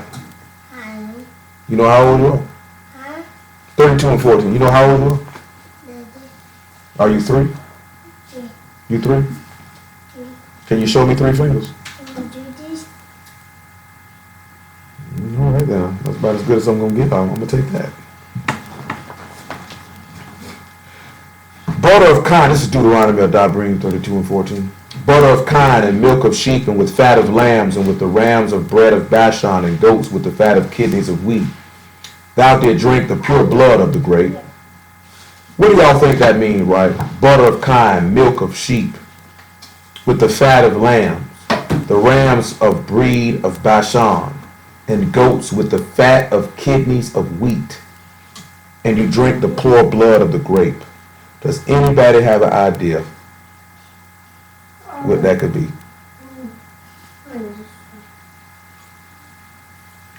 Anybody got an idea what that could be?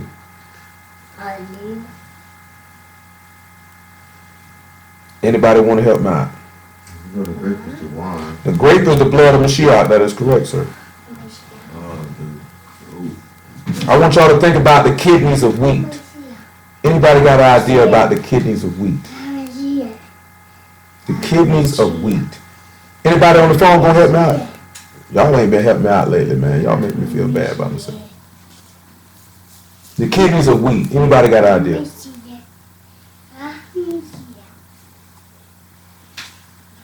Kidneys of wheat. Anybody got an idea what the kidneys of wheat would be?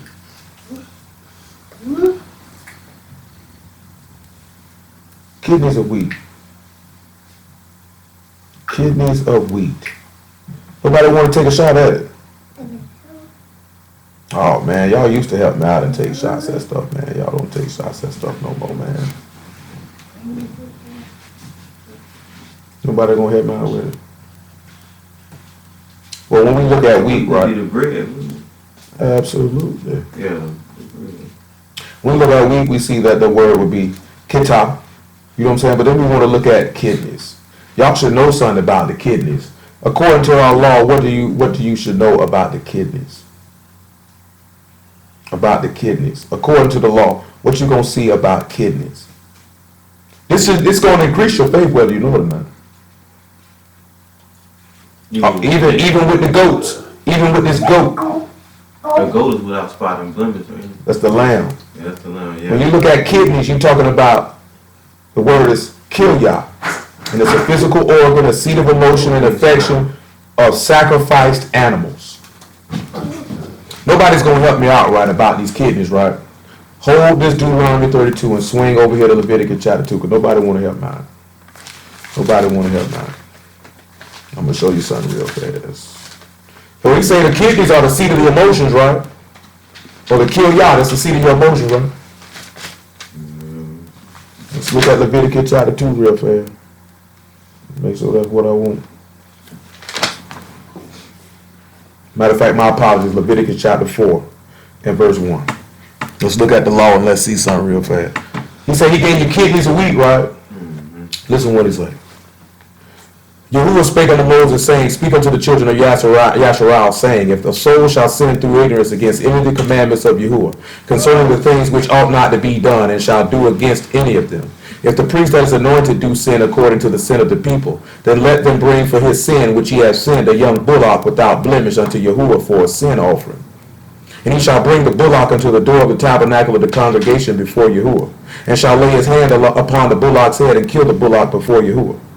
And the priest that is anointed shall take of the bullock's blood and bring it to the tabernacle of the congregation. And the priest shall dip his finger in the blood and sprinkle of the blood 7 times before Yahuwah, before the veil of the sanctuary. And the priest shall put some of the blood upon the horns of the altar of sweet incense before Yahuwah, which is in the tabernacle of the congregation, and shall pour all the blood of the bullock at the bottom of the altar of the burnt offering, which is at the door of the tabernacle of the congregation. And he shall take off from it the fat of the bullock for the sin offering, the fat that cover the inwards, and all the fat that is upon the inwards, and the 2 kidneys and the fat that is upon them, which is by the flanks, and the caul above the liver with the kidneys. I just lost my spot. It shall he take away. He said he gave you kidneys of wheat, right? What happened with the Mashiach, right? What did he hit him with that spear at? What did he hit him at? And when he hit him in his side, guess what's going to come up out of there? No, his kidneys too, though. That's going to take them out, right? That's going to take them away, right? Yeah. Now let's look at Ephesians 5 and 25. Not Ephesians 5 and 25. Ephesians 5 and 22. So if he say he gave you the kidneys a week, I'm actually showing you something about dying and being refreshed. He said he gave you the kidneys of the week. You know what the pure blood is. You should know what the goat is. We're not going to go read it. You should know what the goat is in Leviticus 16. The scapegoat and the goat that was sacrificed at the blood for the people on the Day of Atonement. This man sitting back telling these people about the sacrifice of a Mashiach, what he gave to them. They didn't believe though. They had an evil heart of unbelief in them though. I'm sorry, that's not Ephesians, but Galatians 5 and 22. My apologies. Galatians 5 and 22. Galatians 5 and 22. When you look at milk of sheep, right? We'll deal with that in a minute. He says, but the fruit of the Ruach is love, joy, peace, long suffering, gentleness, goodness, faith, meekness, temperance. Against such there is no Torah. And they that are Mashiachs have crucified the flesh with the affections and lusts. If we live in the Spirit, let us also walk in the Spirit.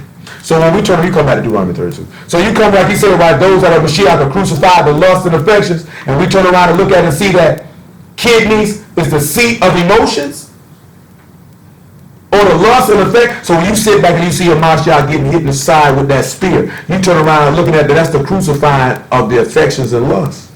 The removing of the kidneys, right, is removing the away of the desires of the flesh. This is what they're removed for. If we look in Hebrew and see what that word means. So we see what the taking away of the kidneys is actually taking away of desire of the flesh to take heed unto it. So when you be Mashiachs and you crucify the affections of lust, it's as if you see the same thing. My kidneys have been removed. That means my desire for the lust and flesh, the lust of the flesh, has been removed. He said, this is what he gave you. That's why he say, don't let an evil heart of unbelief develop in you, but stay steadfast in your confidence on Mashiach. This is the weightier matters of the law. Faith. I might get the mercy, but I don't even want to shortchange it. Because what I was going to do is I was going to line it up like this so y'all can know. When King David was King David, he showed mercy upon many men who should die. You know what I'm saying? And he says in Psalms 18, he shows himself merciful to those that are merciful and unsavory to those that are unsavory. Right? You know what I'm saying? Most Y'all with it, even in the street, I had something else on my mind, but y'all with it, I'm going to just tie up everything we've been talking about from Wednesday. I ain't even touched the stuff we were talking about from Wednesday. So that means y'all with it, I got to touch the stuff from Wednesday and stuff from tonight that I wanted to hit that I didn't hit. And then you turn around and you look at Mashiach the whole time he was living, because he said he's the root and offspring of David, right? You will see him show mercy upon many people. Because like I told you, mercy rejoices against judgment. When you show mercy, then y'all can show mercy on you. And that mercy which you manifested rejoices against the judgment. The reason why I say this, and y'all with it, I'm going to show it to you. All the stuff that, the mercy that David showed, when the judgment was pronounced that that man who took that little ewe lamb should be killed, the mercy which he showed rejoiced against the judgment. That's what saved his soul.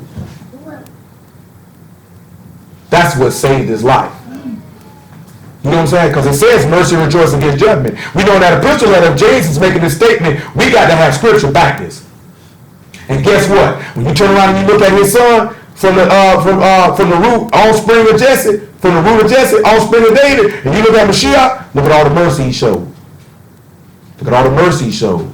And when he got up on there in that stake and he died, the Father rose him from the dead because mercy rejoiced against judgment. It rejoiced against judgment. Y'all understand what I'm saying? That rejoice against judgment. That's why that's a weightier matter of the law.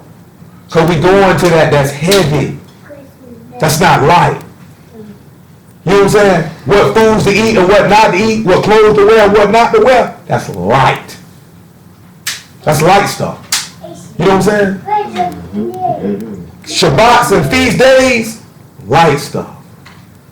But when you talk about judgment and sitting back looking at it, I don't know why it ran across my mind that each one of those items by themselves is one whole thing by itself. You know what I'm saying?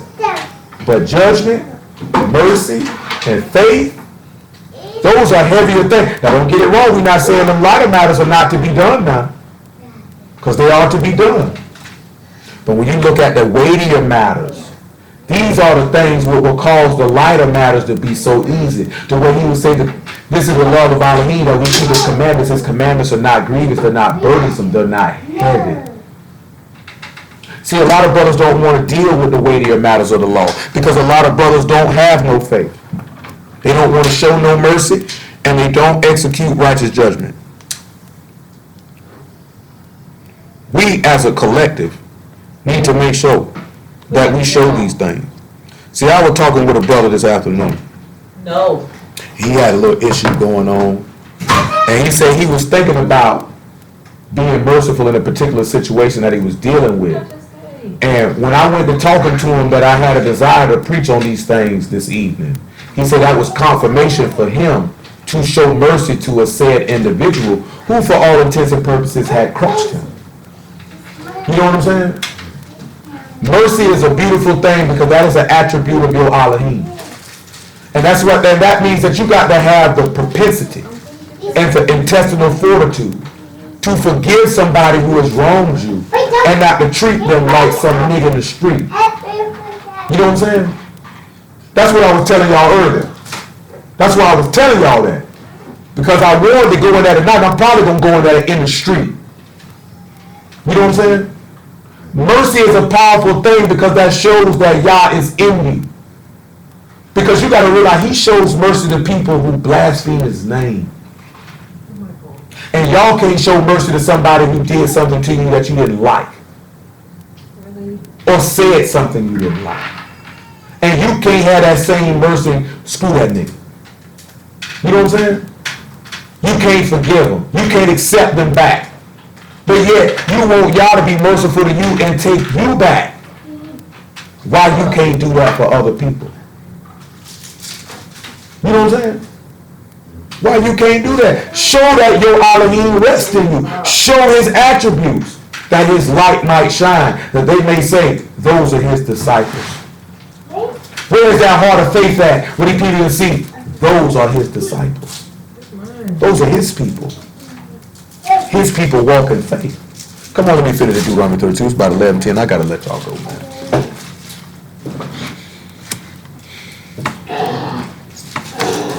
Really?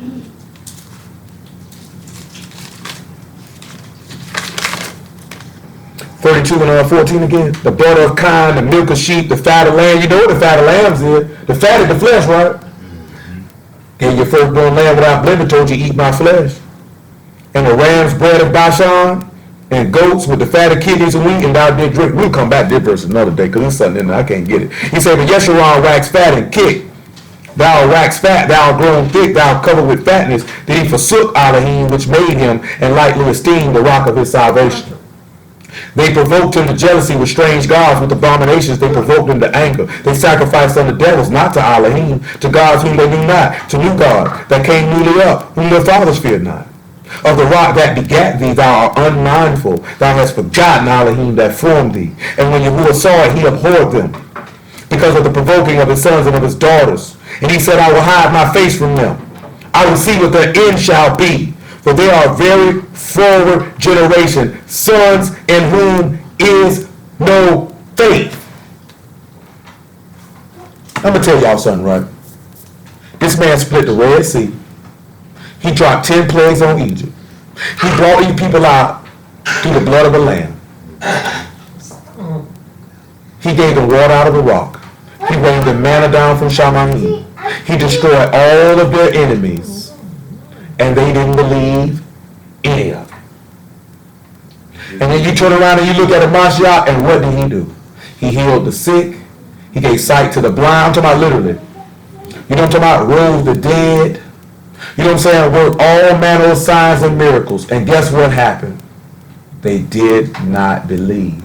And this is why they were fallen. This is why they were snared. And this is why they were broken. And this is why they were taken. This is why in Numbers he said, how long will I bear this evil congregation? He told Moses, go and get away from me so I can kill them all dead where they stand. Stop. Because they didn't believe. They didn't believe. We're going to stop right here at 1 Corinthians chapter 2 and about verse 5.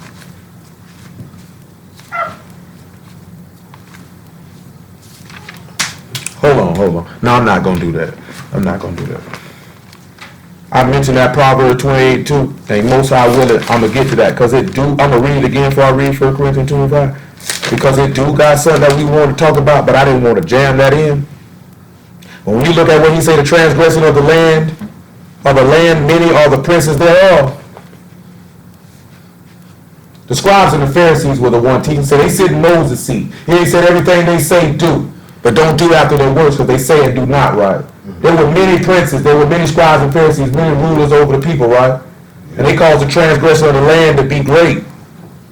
But he said, but a man of understanding and knowledge, the state thereof shall be prolonged. And we're going to turn around and the Most High willing soon. We're going to show you how Mashiach was a man of understanding and he prolonged the days of the land and how he did it.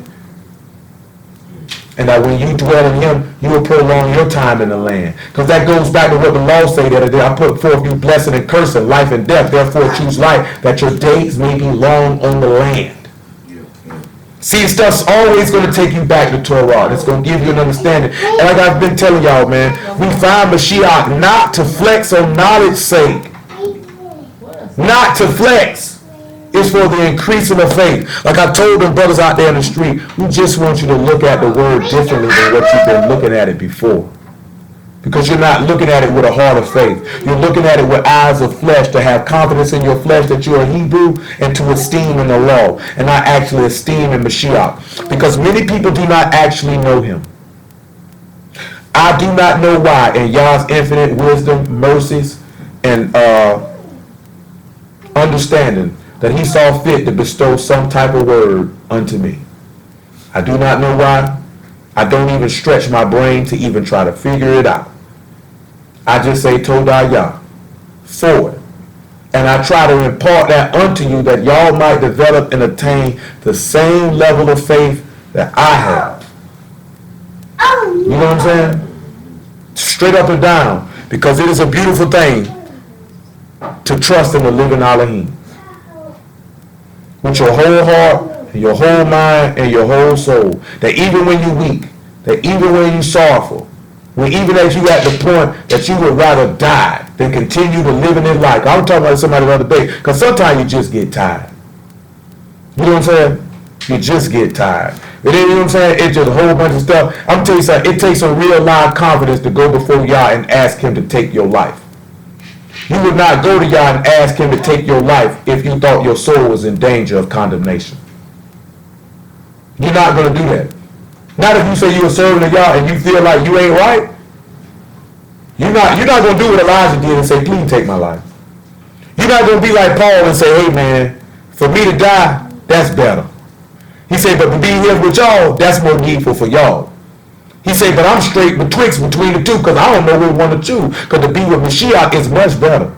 But I know it's more needful for me to be in the flesh. Some of y'all know, I asked at the same time, I would tell them like, I know it's more better for me to be here for these people. You know what I'm saying? I said, but maybe in your mercy, you can send somebody around their way because I'm tired. You know what I'm saying? I'm tired. I'm ready to lay down. And I'm going to tell y'all something, that's not the first time that I done asked him that either. That's just the first time anybody knew about it. You know what I'm saying? Like, boy, I'm tired. You know what I'm saying? I've been walking 35 years, man. I'm tired. For the first 28 years, boy, I thought I was walking alone. You know what I'm saying? But sometimes that's why he said, I'm your rest for them that get weary. So he said back and said, I'm not going to take your life, son, because your life's already gone. It's in my son. No need to get weary. Rest in him. Get your butt from up here. I got something for you to do. So why he say, eat, you're going to need your strength. I got something for you to do. That's why he say, you run and you won't get weary. You get weary, that means you're tired. And you're ready to lay down. And as we read in Isaiah, what he said, though, he going to be your refreshing. I will refresh you. I will refresh you with my son by way of the Ruach HaKodesh. That will be your refreshing. But I'm not going to take your life, though. You know what I'm saying? That take confidence in y'all to say, please take my life. Amen. I told y'all that once before. Ain't too many people going to do that. As for death, ain't too many people going to do that. You don't do that. You know what I'm saying? But I wasn't doing that in no means of I just want to die, man. I'm tired. Now sit back, look at where I leave and play. I'll be with the son. You know what I'm saying? And then when he come back, I'll be with him forever. You know what I'm saying? Because sometimes this world get heavy, man, and you ready to go. That's why he told you in Isaiah 57, he said, merciful men are taken away, and no man lay at the heart. He said back and said, certain men of faith that walk the earth, that the world is not even worthy of them. Because I'm talking about it's a hard road to really be a servant of Yahweh. It's a hard road. And sometimes it can be a lonely road. But guess what? In all the midst of that, what I was going through and dealing with, and even I know what our brother Pell in the midst of everything he was going through and what he was dealing with, all you can do is turn to Yah and pray and keep standing. One of the brothers told me the other day, he said, boy, Pell was his hero. Y'all always sit back and look at Pell as a testimony of faith. Because I sit back and tell you, I know some of y'all had to endure what he had to endure. You would have folded up the tent. That man dealt with something that's real heavy, even if you ain't in the word, and his faith got stronger. It didn't get weaker. It got stronger. You want to sit back and you want to look at somebody deal with adversity and their faith in Yah got stronger to continue to stand? Look at your brother. How many of y'all could lose somebody near and dear to your heart? Might lose all the things that you had, the things that are a reminder of her, that you promised her that you would hold down and maintain, but yet you would not dare curse Yah with your lips. Yet you would not dare turn from the word. Yet all you would do is lift up your eyes to Alahym and cry out to your Alahym to have mercy upon you and give you strength to carry on. That you would engross yourself in the word even the more. That you would pray even the more. That's a testimony of strength. It ain't a weightlifter living that can match that type of strength. You understand what I'm telling you? That's a real strong man right there. You understand what I'm telling you? That type of strength right there cannot be broken. That's faith right there. And through that faith come power. That's where your strength at. 1 Corinthians 2 and 5. Make it 2 and 1. We didn't have to let that be known. I know some of y'all done seen it. We didn't let that be known. That's real faith right there. You come up out of a debilitating situation, mentally, spiritually, and emotionally, and you come out of it stronger in the midst of pain. Like I was telling the brother today, you know, I was dealing with some things on my end as well. Y'all don't even know some days, man, I didn't even want to preach. I didn't want to be there.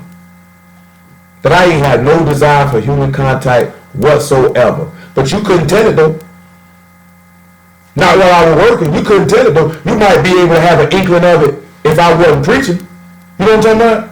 But you couldn't tell it while I was up there though. Like, this nigga don't look like he don't want to be here. You know what I'm talking about? But guess what though?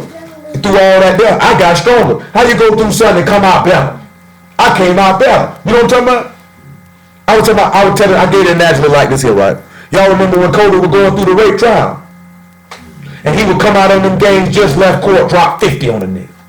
40 on the nigga. Because when I'm coming in preaching, which even though we ain't in no actual sanctuary, I'm in my sanctuary, I'm in my place of rest, I'm in my comfort zone. That all the things that's going on, they're blocked out while I'm on the court for these 2 hours.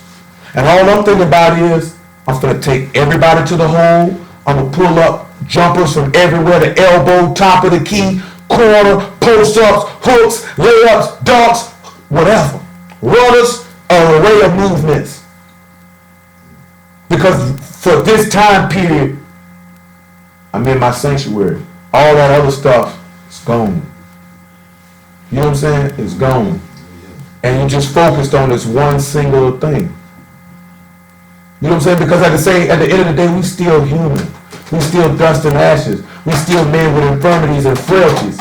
And the things of life can weigh on you. But it's not that they weigh on you. It's just how you react to them.